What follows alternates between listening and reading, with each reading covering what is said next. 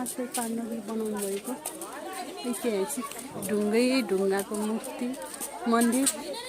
यहाँ मूर्तिहरू छन् सबै ऐतिहासिक।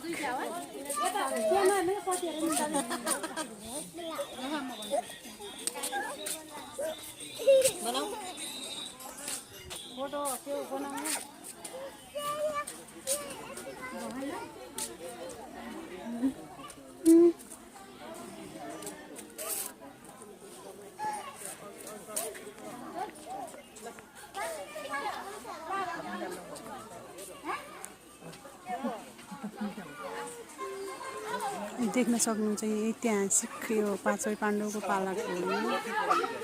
अहिले भूकम्पले अलिकति जीर्ण भएको थियो, अहिले फेरि रिकभर गरेको छ। यसलाई पुनर्निर्माण गरिएको छ।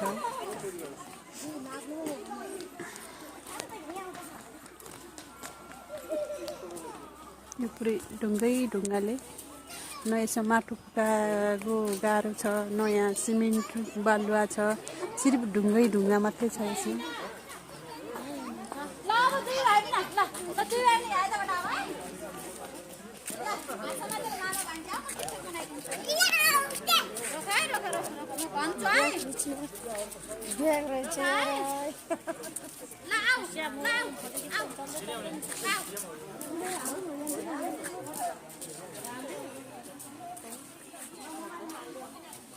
यहीँबाट आउँछ होला यो टुप्पो।